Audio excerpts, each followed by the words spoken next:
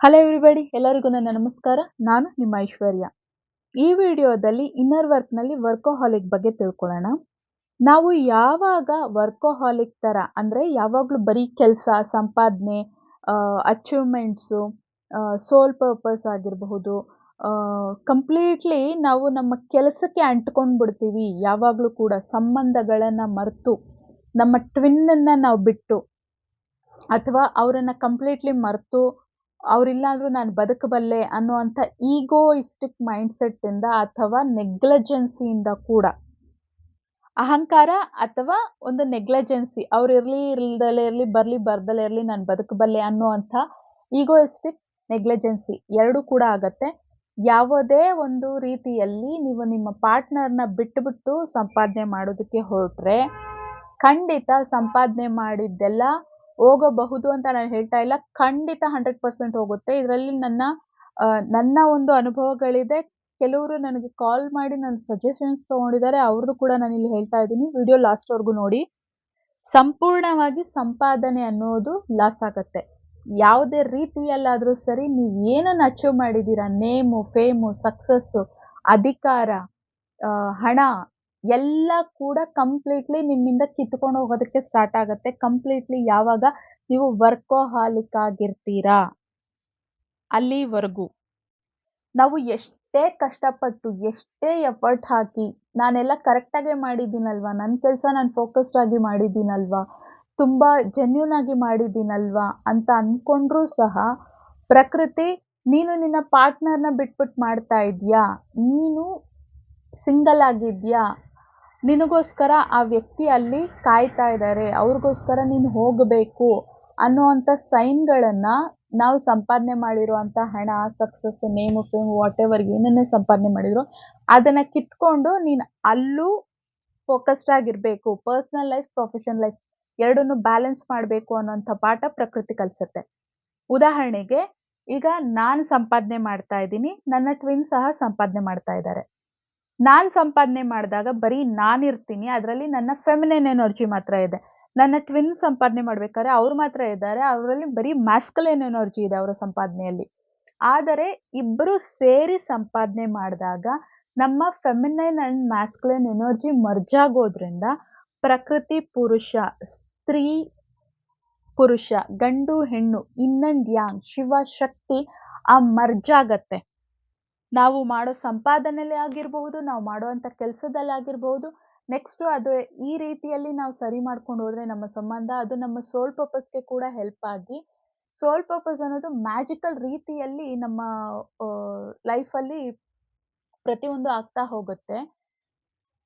ನಿಮಗೂ ಸಹ ಫೈನಾನ್ಷಿಯಲಿ ಈ ರೀತಿ ಏನಾದ್ರೂ ಲಾಸಸ್ ಆಗಿದ್ರೆ ಅರ್ಥ ಮಾಡ್ಕೊಳ್ಳಿ, ನಿಮ್ಮ ಒಂದು ಸಂಪಾದನೆಯಲ್ಲಿ ನಾನು ಅನ್ನೋ ಅಂಥ ನೀವು ಮಾತ್ರನೇ ಇದ್ದೀರಾ.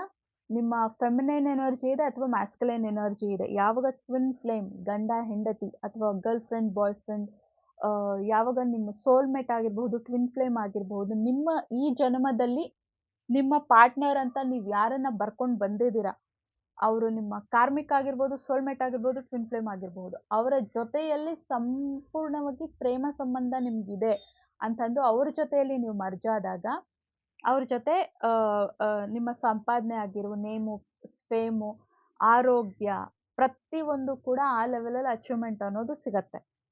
ಅವರನ್ನ ಬಿಟ್ಟು ನೀವು ಮಾಡ್ತಾ ಇದ್ರೆ ಖಂಡಿತ ಅದು ಲಾಸ್ ಆಗತ್ತೆ. ಇವನ್ ಎಷ್ಟೋ ಜನ ನೀವು ನಿಮ್ಮ ಕಾರ್ಮಿಕ್ ಪಾರ್ಟ್ನರ್ ಅನ್ಕೊಂಡಿರ್ತೀರ. ಎಷ್ಟೋ ಸಲಿ ಅವರೇ ನಿಮ್ಮ ಟ್ವಿನ್ ಆಗಿರೋಂಥ ಚಾನ್ಸಸ್ ಇರುತ್ತೆ. ಅದಕ್ಕೋಸ್ಕರನೇ ಸ್ಪಿರಿಚುವಲಿ ಗ್ರೋ ಆಗಿ, ಇನ್ನರ್ ವರ್ಕ್ ಮಾಡಿ, ನಿಮ್ಮೊಳಗೆ ನೀವು ಡೀಪಾಗಿ ಹೋಗಿ, ನಿಮ್ಮ ಬಗ್ಗೆ ನೀವು ತಿಳ್ಕೊಳ್ಳಿ. ನಿಮ್ಮ ಜೊತೆಲಿರೋ ಎಲ್ಲ ಸಂಬಂಧಗಳ ಬಗ್ಗೆ ನಿಮಗೆ ಅರ್ಥ ಆಗೋದು ಆವಾಗ ಮಾತ್ರನೇ. ಆಗ ಅವರು ರಿಯಲಿ ನಿಮ್ಮ ಒಂದು ಕಾರ್ಮಿಕ್ ಪಾರ್ಟ್ನರ್ ಆಗಿದ್ರೆ, ನೀವು ಬೆಳೀತಾ, ಬೆಳೀತಾ ಅವ್ರು ನಿಮ್ಮ ಜೊತೆಲಿ ಇರೋದೇ ಇಲ್ಲ. ಕಂಪ್ಲೀಟ್ಲಿ ಅವ್ರಾಗ್ ಅವರೇ ನಿಮ್ಮನ್ನ ಬಿಟ್ಬಿಟ್ಟು ಹೊರ್ಟೋಗ್ತಾರೆ. ಅವರು ನಿಮ್ಮನ್ನ ನಿಜವಾಗ್ಲೂ ಕಾರ್ಮಿಕ ಆಗಿದ್ರೆ. ಇಲ್ಲ ಅಂದ್ರೆ ಅವರ ಮೇಲೆ ನಿಮಗೆ ಪ್ರೀತಿ ಹೆಚ್ಚಾಗಿ ಅವ್ರ ಜೊತೆಲಿದ್ದು ನಿಮ್ಮ ಸಂಬಂಧ ಕೂಡ ಸರಿ ಹೋಗುತ್ತೆ.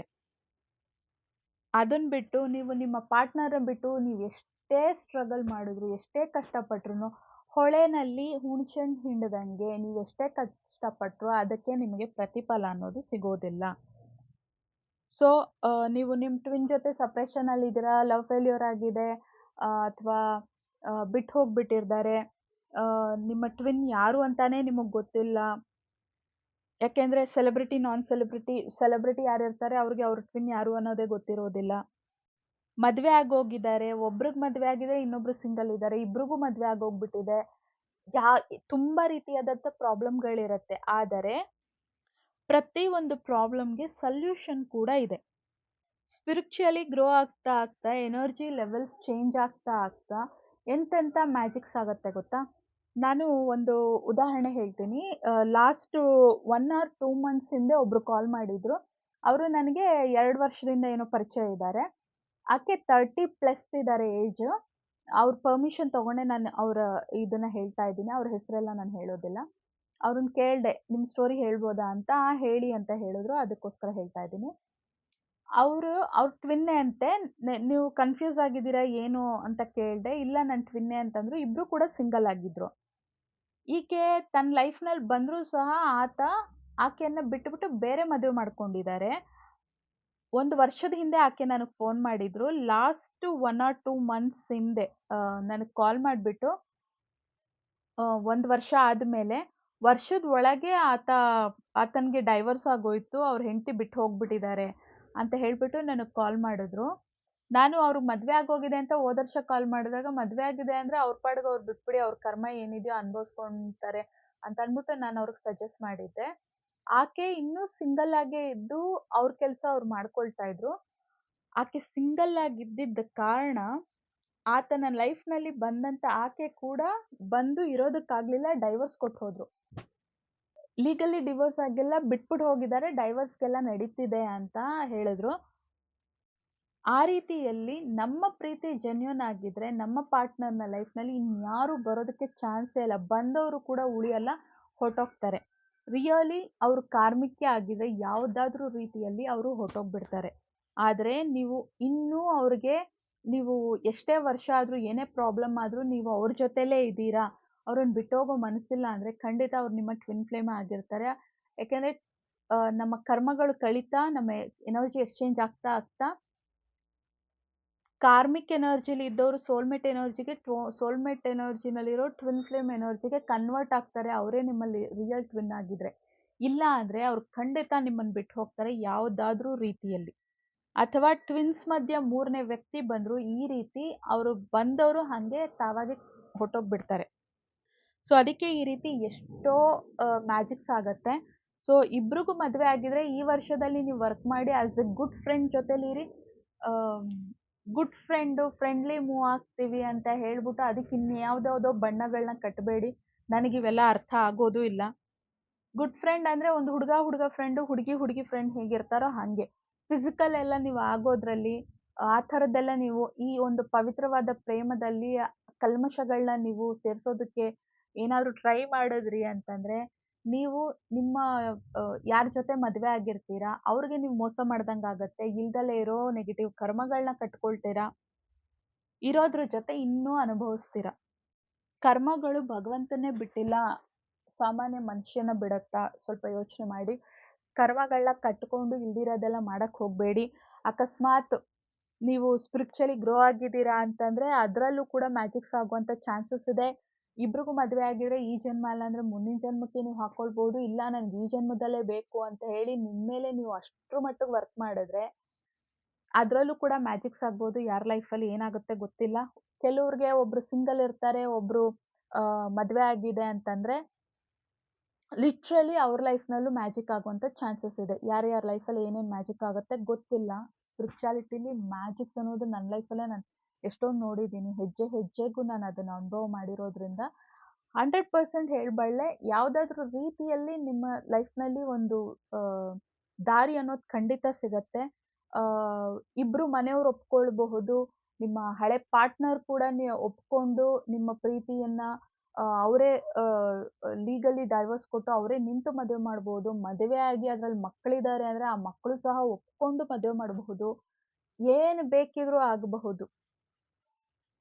ಬಟ್ ಏನೇ ಆದ್ರೂನು ಎಲ್ಲಾರ್ಗೂ ಒಳ್ಳೇದಾಗ್ಬೇಕು ಅನ್ನೋಂಥ ಚಿಂತೆ ಇಟ್ಕೊಂಡು, ಚಿಂತನೆ ಇಟ್ಕೊಂಡು ನೀವು ಮಾಡ್ದಾಗ ಮಾತ್ರನೇ ಗುಡ್ ಸಕ್ಸಸ್ ಅನ್ನೋದು ಸಿಕ್ಕತ್ತೆ. ಯಾರಿಗೂ ಕೂಡ ಕೇಡ್ ಬಯಸಿ ಅವರು ಇನ್ನೊಬ್ಬರನ್ನ ಹಾಳು ಮಾಡ್ಬಿಟ್ಟು ನಾನ್ ಸರಿ ಹೋಗ್ತೀನಿ ಅಂದ್ರೆ ಇಲ್ದಿರೋ ಕರ್ಮಗಳು ಕಟ್ಕೊಳ್ತೀರಾ, ಹುಷಾರು. ಸ್ಪಿರಿಚುಯಾಲಿಟಿಲಿ ಯಾವಾಗ್ಲೂ ಕೂಡ ನಾವು ಆತ್ಮ ಅನ್ನೋದು ಯಾವತ್ತೂ ಪರಿಶುದ್ಧ. ಧರ್ಮದ ದಾರಿಯಲ್ಲಿ ನಡೀತಾ ನಮ್ಮ ಪವಿತ್ರವಾದ ಪ್ರೇಮಕ್ಕೆ ನಾವು ಪರೀಕ್ಷೆಗಳನ್ನ ಕೊಡ್ತಾ ದಾಟ್ತಾ ಹೋದ್ರೆ ಖಂಡಿತ ಎಂತೆಂಥದ್ದೋ ಮ್ಯಾಜಿಕ್ ಆಗತ್ತೆ. ನಿಮ್ಮ ಲೈಫ್‌ನಲ್ಲೂ ಮ್ಯಾಜಿಕ್ ಆಗುವಂಥ ಚಾನ್ಸಸ್ ಇರತ್ತೆ. ನಿಮ್ಮ ಪ್ರಾಬ್ಲಮ್‌ಗೆ ತಕ್ಕ ಹಾಗೆ ಸೊಲ್ಯೂಷನ್‌ಗಳು ಅನ್ನೋದು ಸಿಗತ್ತೆ. ಇನ್ನು ನಾವು ಯಾರು ಅನ್ನೋದು ಗೊತ್ತೇ ಇಲ್ಲ, ಸೆಲೆಬ್ರಿಟಿ ಇದೀವಿ ನಾವು ಅಂತಂದ್ರೆ ನಿಮಗೆ ಸೃಷ್ಟಿ ಸ್ಪಿರಿಚುಯಾಲಿಟಿಯಲ್ಲಿ ಬಂದ್ಮೇಲೆ ಆಮ್, ಯೂನಿವರ್ಸ್ ನಿಮಗೆ ಸೈನ್ಗಳು ಕೊಡ್ತಾ ಇರುತ್ತೆ. ಕೊಡ್ತಾ ಇರೋಂಥ ಸೈನ್ ಪ್ರತಿಯೊಂದನ್ನು ಕೂಡ ನೀವು ಕನೆಕ್ಟ್ ಮಾಡ್ತಾ ನಿಮ್ಮ ಪಾರ್ಟ್ನರ್ನ ಹುಡುಕೊಳ್ಳೋ ಅಂಥ ಒಂದು ಜವಾಬ್ದಾರಿ ನಿಮ್ಮದಾಗಿರುತ್ತೆ. ನಿಮಗೆ ಈಸಿಲಿ ಗೊತ್ತಾಗುತ್ತೆ. ಸ್ಪಿರಿಚುವಲ್ ಪ್ರಾಕ್ಟೀಸ್ ಮಾಡ್ತಾ ಗುರು ಜೊತೆ ಏನಾದರೂ ನೀವು ಪ್ರಾಕ್ಟೀಸ್ ಮಾಡ್ತಾ ಹೋದ್ರೆ ಅದೆಲ್ಲ ನಿಮ್ಗೆ ಇನ್ನೂ ಫಾಸ್ಟ್ ಆಗತ್ತೆ. ಇನ್ನರ್ ವರ್ಕ್ ಮಾಡ್ತಾ ಗುರು ಜೊತೆ ಪ್ರಾಕ್ಟೀಸ್ ಮಾಡೋದ್ರಿಂದ ಖಂಡಿತ ನಿಮ್ಮ ಪಾರ್ಟ್ನರ್ ಯಾರು ಅನ್ನೋದು ನಿಮಗೆ ಗೊತ್ತಾಗತ್ತೆ. ಸಪ್ರೇಷನಲ್ಲಿ ಇದ್ದೀರಾ ಅಂತಂದ್ರೆ ಒಂದಾಗೋ ಚಾನ್ಸಸ್ ಯಾವಾಗ ಈಗೋ ಮೈಂಡ್ ಸೆಟ್ ಬಿಟ್ಟು ಕ್ಷಮಿಸ್ಬಿಟ್ಟು ನೀವು ಒಂದಾಗಕ್ಕೆ ಮನಸ್ಸಿನ ಒಂದು ಬಾಗ್ಲನ್ನ ತೆಗಿತೀರಾ, ಖಂಡಿತ ನಿಮಗೆ ಆಮ್, ನೀವು ಮತ್ತೆ ಜೊತೆ ಆಗೋದಕ್ಕೆ ಚಾನ್ಸ್ ಆಗತ್ತೆ.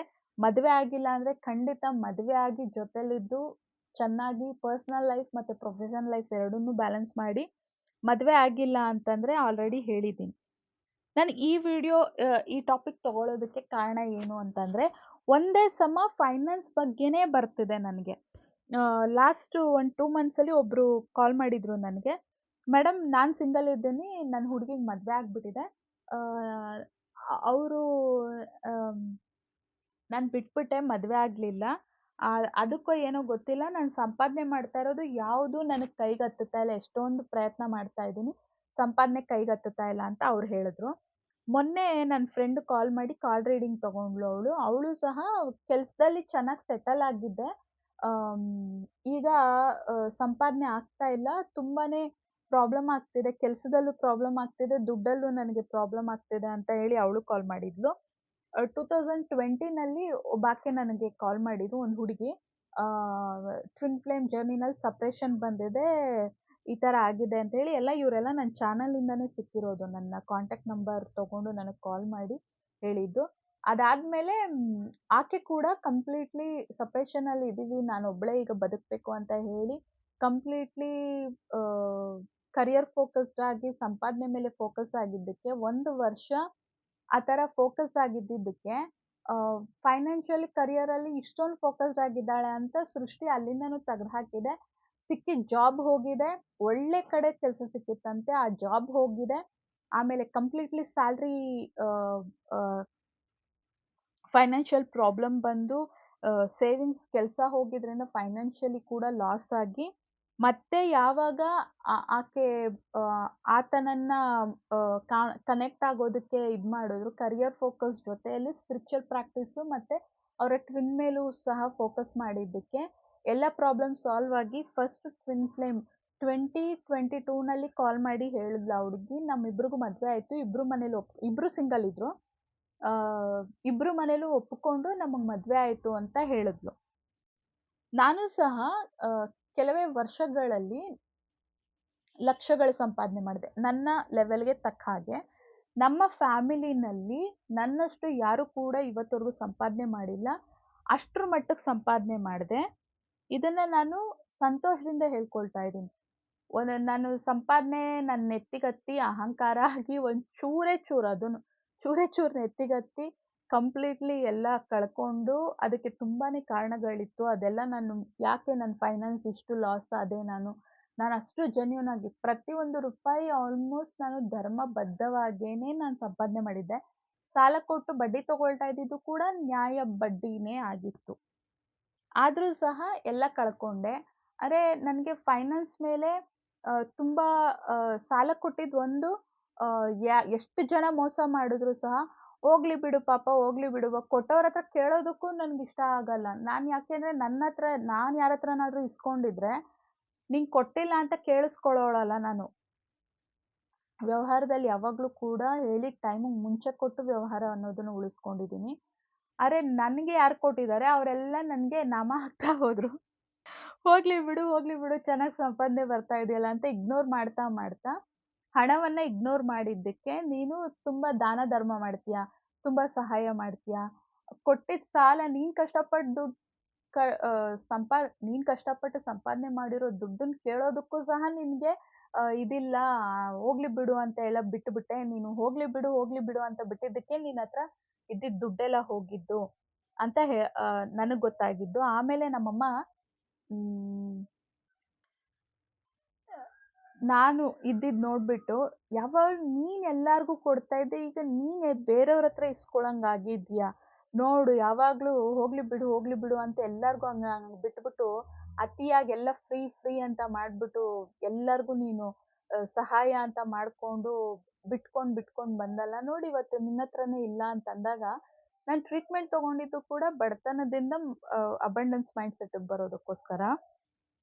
ನಮ್ ಮ್ಯಾಮ್‌ಗೂ ಕೂಡ ಅಷ್ಟು ಕ್ಲಾರಿಟಿ ಸಿಗ್ಲಿಲ್ಲ ನನ್ಗೆ ಆನ್ಸರ್ ಮಾಡೋದಕ್ಕೆ. ಪ್ರತಿ ಕ್ಲಾಸ್ ಅಟೆಂಡ್ ಮಾಡ್ತಾ, ಮಾಡ್ತಾ ನನ್ನಲ್ಲೇ ಇದ್ದಂತ ಮನಿ ಬ್ಲಾಕೇಜಸ್ ಏನು ಅಂತ ನೋಡ್ಕೊಂಡಾಗ, ಹಣವನ್ನ ಹೋಗ್ಲಿ ಬಿಡು ಅಂತ ಇಗ್ನೋರೆನ್ಸ್ ಮಾಡಿದ್ದು ಒಂದು. ತುಂಬಾ ಅತಿಯಾಗಿ ಸಹಾಯ ಮಾಡುವಂಥದ್ದು, ಅತಿಯಾಗಿ ದಾನ ಧರ್ಮ ಮಾಡುವಂಥದ್ದು. ನನ್ನದು, ನನ್ನ ಟ್ವಿನ್‌ದು ಸೇಮ್ ಬುದ್ಧಿ.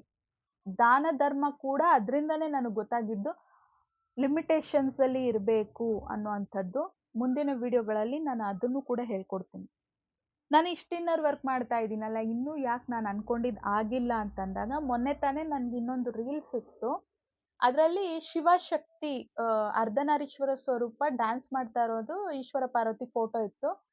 ನೀನ್ ಅನ್ಕೊಂಡಿದ್ದು ಸಾಧಿಸ್ಬೇಕು ಅಂತಂದ್ರೆ, ಅದು ನಿನ್ನ ಟ್ವಿನ್ ಜೊತೆ ನೀನ್ ಸೇರ್ಕೊಂಡು ನೀನ್ ಕೆಲ್ಸ ಮಾಡ್ಬೇಕಾಗತ್ತೆ.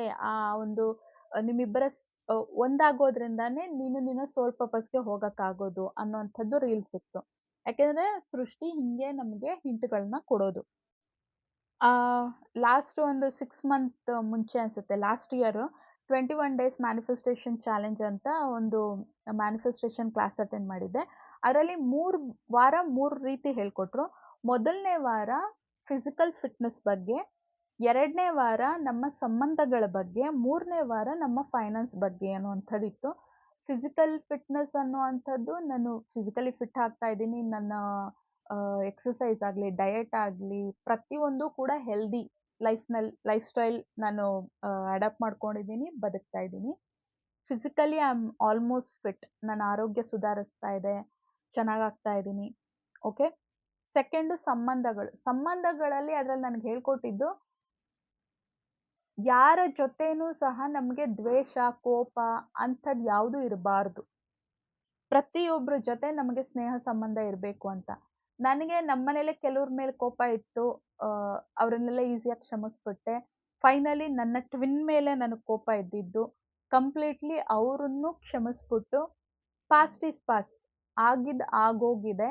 ಇನ್ನ ಅದ್ರನ್ನ ಹಿಡ್ದು ಎಳ್ದಾಡ್ತಾ ಇದ್ರೆ ಸಂಬಂಧಗಳು ಕಂಪ್ಲೀಟ್ಲಿ ಹಾಳಾಗುತ್ತೆ. ಅವ್ರು ಪರ್ಮನೆಂಟ್ಲಿ ನನಗ್ ದೂರ ಆಗ್ತಾರೆ ಅನ್ನೋಂಥದ್ದು ನನ್ ತಲೇಲಿ ಬಂದಾಗ, ಸಂಪೂರ್ಣವಾಗಿ ನಾನು ಅವ್ರನ್ನ ಮನಸ್ಸಾರೆ ಕ್ಷಮಿಸಿದ್ದೀನಿ. ನಾನ್ ಕಣ್ಣು ಮುಚ್ಕೊಂಡು ಯಾರಾದ್ರೂ ನನ್ಗೆ ಶತ್ರುಗಳಿದಾರಾ ಅಂತಂದ್ರೆ ನೋ ಒನ್, ನೋ ಒನ್. ಯಾರು ಕೂಡ ಇಲ್ಲ. ನಾನು ಅಷ್ಟ್ರ ಮಟ್ಟಿಗೆ ನನ್ನ ಇನ್ನರ್ ವರ್ಕ್‌ನಲ್ಲಿ ನಾನು ನನ್ನ ಮೇಲೆ ನಾನು ಕೆಲಸ ಮಾಡಿದ್ದೀನಿ. ಎಲ್ಲಾರ್ನೂ ಕ್ಷಮಿಸ್ಕೊಳ್ತಾ ಬಂದಾಗ ನನ್ ಟ್ವಿನ್ ಮೇಲೆ ನನಗ್ ಕೋಪ ಇದ್ದಿದ್ದಂಥದ್ದು. ಅವ್ರನ್ನು ಸಹ ಕ್ಷಮಿಸಿ ನನ್ನ ಮನಸ್ಸಿನ ಬಾಗ್ಲು ಅವ್ರು ಅಷ್ಟು ಪ್ರೀತಿಸ್ತೀನಿ. ಆದ್ರೂ ಸಹ ನಾವ್ಯಾಕ್ ಒಂದಾಗ್ತಾ ಇಲ್ಲ? ನಾವ್ಯಾಕ್ ಸಪರೇಷನ್ ಅಲ್ಲಿ ಇದೀವಿ ಅಂತಂದಾಗ ಅವ್ರ ಮೇಲೆ ನನ್ಗಿದ್ದ ಕೋಪಕ್ಕೆ ನನ್ನ ಮನಸ್ಸಿನ ಬಾಗ್ಲನ್ನ ನಾನು ಹಾಕೊಂಡ್ಬಿಟ್ಟಿದ್ದೆ. ಅವ್ರು ನನ್ನ ಲೈಫಲ್ಲಿ ಬರ್ಬಾರ್ದು ಅನ್ನೋಂಥದ್ದು ನನ್ನದೇ ಆಗಿತ್ತು. ಯಾಕೆಂದ್ರೆ ನಮ್ಮೊಳಗೆ ಆಳವಾಗಿ ಅಷ್ಟ್ರ ಮಟ್ಟಿಗೆ ಇಳಿದಾಗ ನಾವ್ ಏನ್ ತಪ್ಪು ಮಾಡ್ತಾ ಇದೀವಿ ನಮ್ಗೆ ಗೊತ್ತಾಗುತ್ತೆ. ಫೈನಲಿ ನಾವ್ ಯಾರನ್ನ ಅತಿಯಾಗಿ ಪ್ರೀತಿಸ್ತಾ ಇರ್ತೀವಿ ಅವ್ರ ಮೇಲೆ ನಮ್ಗ್ ಜಾಸ್ತಿ ಕೋಪ ಇರತ್ತೆ. ಸೊ ಅದು ಗೊತ್ತಾದ್ಮೇಲೆ ಓಕೆ. ಈಗ ಅವ್ರ ತಪ್ಪನ್ನ ತಿಳ್ಕೊಂಡು ಅವ್ರು ತಿದ್ಕೊಂಡಿದ್ದಾರೆ. ನಾನ್ ಕ್ಷಮಿಸೋದಕ್ ಕಾರಣ ಕೂಡ ಅದೇನೆ. ಅವ್ರ ಸಂಪೂರ್ಣ ತಪ್ಪನ್ನ ತಿಳ್ಕೊಂಡು ಅವ್ರು ತಿದ್ಕೊಂಡಿದ್ದಾರೆ, ಬದ್ಲಾಗಿದ್ದಾರೆ. ಆ ಕಾರಣಕ್ಕೋಸ್ಕರ ಅವ್ರು ನನ್ನ ಲೈಫ್‌ನಲ್ಲಿ ಬರ್ಲಿ ಅಂತ ಆ ಡೋರ್ ಕ್ಲೋಸ್ ಏನ್ ಮಾಡಿದ್ದೆ, ನನ್ ಮನ್ಸಿನ ಬಾಗ್ಲು ಓಪನ್ ಮಾಡಿದ್ದಕ್ಕೆ ಮ್ಯಾಜಿಕ್ ಆಗಿದೆ ಆಕ್ಚುಲಿ ನನ್ನ ಲೈಫ್‌ನಲ್ಲಿ. ನೆಕ್ಸ್ಟ್ ಬಂದು ಫೈನಾನ್ಸ್. 3ನೇ ವಾರ ಫೈನಾನ್ಸ್ ಅನ್ನೋದನ್ನ ಹೇಳ್ಕೊಟ್ಟಿದ್ರು. ನಾನು ಎಲ್ ದುಡ್ಡಿಟ್ರುನು, ಎಷ್ಟ್ ದುಡ್ಡಿಟ್ರು ಹೆಂಗಾದ್ರೂ ಖರ್ಚಾಗ್ಬಿಡೋದು. ಬೆಳಗ್ಗೆಯಿಂದ ನನ್ನ ಲೈಫಲ್ಲಿ ನೋಡ್ತಾ ಇದ್ದೀನಿ, ನಾನು ಎಲ್ಲೆಲ್ಲಿ ದುಡ್ಡಿಡ್ತೀನಿ. ನಾನು ಒಂದ್ ಕಡೆ ಇಡೋದಿಲ್ಲ, ಬೇರೆ ಬೇರೆ ಕಡೆ ಇಡ್ತೀನಿ. ಎಲ್ಲೆಲ್ಲಿ ದುಡ್ಡಿಡ್ತಾ ಇದ್ದೀನಿ, ನೋಡ್ತಾ ಇದ್ದೀನಿ. ಬೆಳಗ್ಗೆ ನನ್ಗನ್ನಿಸ್ತು ಏನು ದುಡ್ಡು ಉತ್ಪತ್ತಿ ಆಗ್ತಾ ಇದೆಯಾ ಅಂತ ಅನ್ನಿಸ್ತು ನನಗೆ. ನನ್ನ ಸಂಪಾದನೆ ಹೆಚ್ಚಾಗ್ತಿದೆ, ಖರ್ಚು ಮಾಡ್ತಾ ಇದ್ದೀನಿ, ನನ್ ಸೆಲ್ಫ್ ಕೇರ್ ಮಾಡ್ಕೊಳ್ತೀನಿ, ನನ್ಗೇನೇನ್ ಬೇಕು ಶಾಪಿಂಗ್ ನಾನ್ ಜಾಸ್ತಿ ಮಾಡ್ತೀನಿ. ನನಗೇನೇನ್ ಬೇಕು ಪ್ರತಿಯೊಂದನ್ನು ತಗೊಳ್ತೀನಿ. ಆದ್ರೂ ಸಂಪಾದನೆ ಬರ್ತಾ ಇದೆ, ಖರ್ಚು ಮಾಡ್ತಾ ಇದ್ದೀನಿ, ಹರಿತಾ ಇದೆ. ಮನಿ ಅನ್ನೋದು ಕೂಡ ನನಗೆ ಫ್ಲೋ ಆಗ್ತಿದೆ. ಇವತ್ತು ಬೆಳಗ್ಗೆ ಅನ್ನಿಸ್ತು ನನಗೆ, ನನ್ನ ಮನಿ ಬ್ಲಾಕೇಜಸ್ ಮೇಲೆ ನಾನು ಏನೇನು ಇತ್ತು ಅದೆಲ್ಲ ಕೂಡ ಕಂಪ್ಲೀಟ್ಲಿ ಹೋಗಿ ನನ್ನ ಮನಿ ಫ್ಲೋ ಆಗ್ತಿದೆ ಅಂತ ಅನ್ನಿಸ್ತು. ಬೆಳಗ್ಗೆಯಿಂದ ನನಗೆ ಉತ್ಪತ್ತಿ ಆಗ್ತಾ ಇದೆಯಾ ದುಡ್ಡು ಅಂತ ಅನ್ನಿಸ್ತಿದೆ. ಅಷ್ಟ್ರ ಮಟ್ಟಕ್ಕೆ ಕಾಣಿಸ್ತಿದೆ ನಾನು ಎಲ್ಲೆಲ್ಲಿ ಇಡ್ತೀನಿ ದುಡ್ಡು ಅಲ್ಲೆಲ್ಲಾನು ಕೂಡ. ಲಿಟ್ರಲಿ ಮ್ಯಾಜಿಕ್ ಆಗತ್ತೆ. ಇದೆಲ್ಲ ಸುಮ್ನೆ ನಾನ್ ನಿಮ್ಗೆ ಬೇಸಿಕ್ಸ್ ಹೇಳ್ತಾ ಇದ್ದೀನಿ. ನಾನ್ ಕ್ಲಾಸಸ್ ಮಾಡ್ಬೇಕಾದ್ರೆ ಪರ್ಫೆಕ್ಟ್‌ಲಿ ನಮ್ಮ ಮ್ಯಾಮ್ ಹೇಗೆ ಅವರ ಒಂದು ನಾಲೆಡ್ಜ್ ತಕ್ಕ ಹಾಗೆ ಅವ್ರು ಕ್ಲಾಸಸ್ ಮಾಡಿದ್ರು. ನಾನು ನನ್ನ ನಾಲೆಡ್ಜ್ ತಕ್ಕ ಹಾಗೆ ಕ್ಲಾಸಸ್‌ನ ಮಾಡ್ತೀನಿ. ಅಲ್ಲಿವರೆಗೂ ಬೇಸಿಕ್ಸ್ ಅನ್ನೋದನ್ನ ಇನ್ನರ್ ವರ್ಕಲ್ಲಿ ನಾನು ಕಲಿಸ್ತಾ ಇದ್ದೀನಿ. ಕಲಿತಾ ಹೋಗಿ ನಿಮ್ಮ ಬ್ಲಾಕೇಜಸ್ ಏನೇನಿದೆ ಪ್ರತಿಯೊಂದನ್ನು ಕೂಡ ಹೀಲ್ ಮಾಡ್ಕೊಳ್ತಾ ಹೋಗಿ ಮತ್ತೆ ನೀವು ಲಾಸ್ ಮಾಡ್ಕೊಂಡಿದ್ದೆಲ್ಲ ನಿಮ್ಮ ಟ್ವಿನ್ನ ಮುಖಾಂತರ ಬರುತ್ತೆ. ಕೆಲವ್ರ ಜಾತಕದಲ್ಲೂ ಇರುತ್ತೆ ಮದುವೆ ಆದ್ಮೇಲೆ ನೀನು ಉದ್ಧಾರ ಆಗ್ತೀಯ ಅನ್ನೋಂಥದ್ದು. ಹಾಗೆ ನಮ್ಮ ಲೈಫ್‌ನಲ್ಲಿ ಬಂದ ಮೇಲೇನೆ ನಮ್ಮ ಒಂದು ಏಳಿಗೆ, ನಮ್ಮ ಸೋಲ್ ಪರ್ಪಸ್, ನಮ್ಮ ಫೈನಾನ್ಸು, ನಮ್ಮ ಹೆಲ್ತ್, ಆಹ್, ಬ್ಯೂಟಿ ಇರಬಹುದು, ನಮ್ಮ ಆರೋಗ್ಯ ಆಗಿರ್ಬೋದು, ಸ್ವಾಸ್ಥ್ಯ, ಫಿಟ್‌ನೆಸ್ಸು, ಸಂಪಾದನೆ, ಸುಖ, ಶಾಂತಿ, ಸಂತೋಷ, ಸಮೃದ್ಧಿ ಎಲ್ಲಾನು ಕೂಡ ಸಿಗುವಂಥದ್ದು. ನೀವು ಸಿಂಗಲ್ ಇದ್ರೆ ಖಂಡಿತ 100% ನಿಮ್ಮ ಟ್ವಿನ್ನನ್ನೇ ಮದುವೆ ಆಗುವಂತ ಪ್ರಯತ್ನವನ್ನ ಮಾಡಿ. ಮದ್ವೆ ಆಗೋಗಿದೆ, ಬೇರೆ ಬೇರೆ ಪ್ರಾಬ್ಲಮ್ ಇದೆ ಅಂದ್ರೆ ಈ ಜನ್ಮದಲ್ಲಿ ನೀವು ನಿಮ್ಮ ಮೇಲೆ ವರ್ಕ್ ಮಾಡಿ. ಖಂಡಿತ ಮುಂದಿನ ಜನ್ಮದಲ್ಲಿ ಅವರು ನಿಮಗೆ ಸಿಗುವಂತ ಚಾನ್ಸಸ್ ಜಾಸ್ತಿ ಇರುತ್ತೆ. ಇರೋ ಕರ್ಮಗಳನ್ನ ಈ ಜನ್ಮದಲ್ಲಾದ್ರೂ ಕಳ್ಕೊಳ್ಳಿ. ಸೊ ಈ ವಿಡಿಯೋ ಬಗ್ಗೆ ನಿಮ್ಮ ಒಪಿನಿಯನ್ ಏನು ಕಾಮೆಂಟ್ ಸೆಕ್ಷನ್ ಅಲ್ಲಿ ಹಾಕಿ. Thanks for watching. ಮುಂದಿನ ವಿಡಿಯೋದಲ್ಲಿ ಸಂಜೆ 7 ಗಂಟೆಗೆ ಸಿಗೋಣ. ಅಲ್ಲಿವರೆಗೂ keep smiling, take care because we are all born for a reason. Bye and love you all.